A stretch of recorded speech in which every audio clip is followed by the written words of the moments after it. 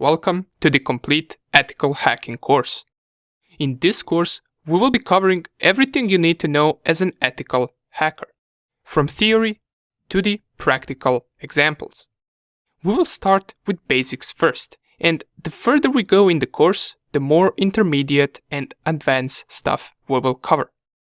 Knowing theory and practicing different attack methods that we will learn will eventually make you a master in ethical hacking. But wait a second. We just started the course and I'm already talking about being a master in ethical hacking. Let's slow down a little bit. What even is ethical hacking? And what does an ethical hacker do? Or you might also wonder, can I get in trouble by doing this? Don't worry. Remember, we are ethical hackers.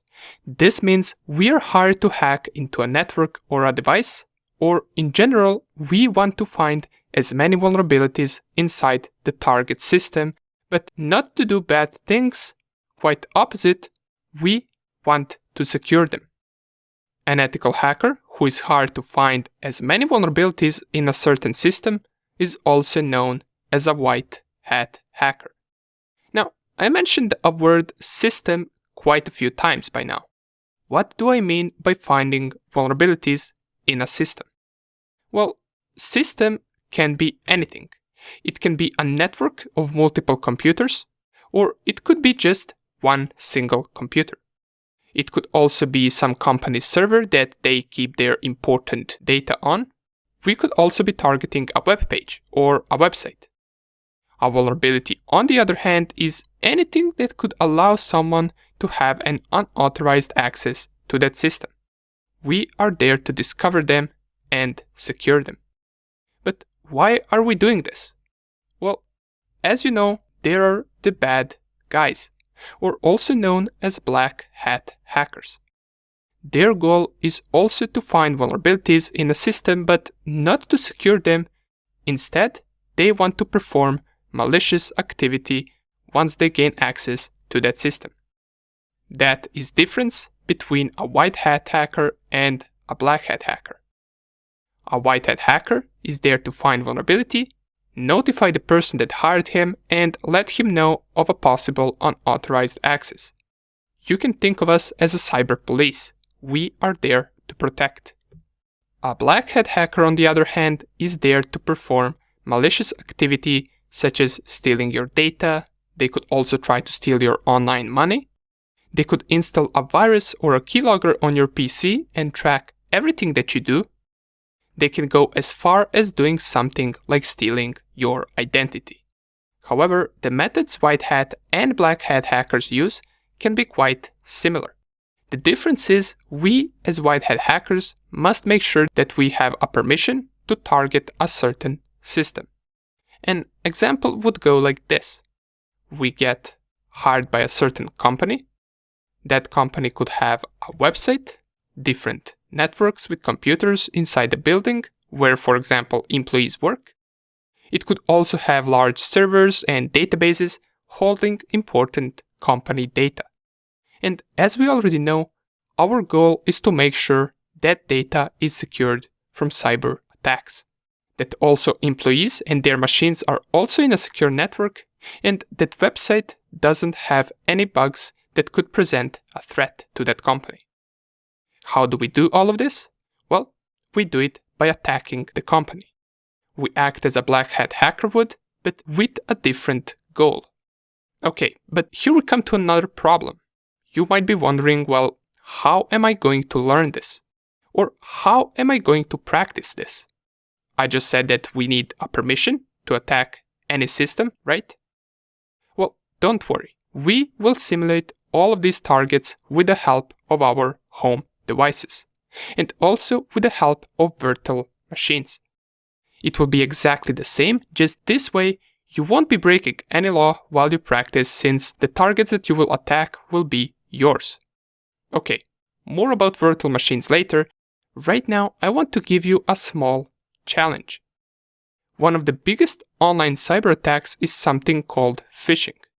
In most cases, phishing is an act of black hat hackers tricking you into entering some of your private data, such as usernames and passwords, into a web page that isn't to be trusted. This is one of the ways how they steal online accounts. Let me show you. Here I have two Twitter login pages. One of these two that you can see right here is a fake login page, and the other one is real. Let's take a quick look at them. So let's take a look at the first one. Here it is. And if we take a look at the second one, they appear to be exactly the same, right? Have you figured out which one is real and which one is fake? The first one that we saw is the fake login page, while the second one right here is real one. Let's mention some of the obvious reasons why this page right here that you're looking at is a fake login page that can be used to steal your account. Even though they are identical at first glance, if we take a closer look, we can see it doesn't really have twitter.com as the website name. Instead, we have some random IP address in our search tab, and this is the biggest indication that this page is indeed a fake page and that you shouldn't enter any private information here. The original page should be twitter.com. Another thing we can notice is that next to the website name, on a real page, we have this green lock right here. And this green lock indicates that this is an HTTPS page, or in other words, it is secured, as it says right here, secure connection. Usually phishing websites won't be HTTPS and they won't have this green lock right here. However, this too can be forged in a more advanced phishing attack. And just to compare, our fake login page doesn't have this green lock. If we click right here, it says connection is not secure. And even though many of you probably knew these things already, if you were in a hurry and you got redirected to this fake login page, you could potentially enter your password here, and little do you know, in just a few seconds, your account has been compromised and stolen by the bad guys, since the information that you enter right here on this page gets sent to them and not to twitter.com. But don't worry if you aren't familiar with these type of attacks. Throughout the course, we will learn not only how to secure ourselves from these attacks and how these attacks work, but also we will learn how to perform the attacks themselves. And by the way, we also have a Discord channel where we answer your questions, so if you haven't already, feel free to come and join us in Discord, since that is where we notify everyone about any new course updates that will come out, and that is also where you can reach out to us in case you run into any problem during the course. Nonetheless, I welcome you once again, and let's get straight into the course.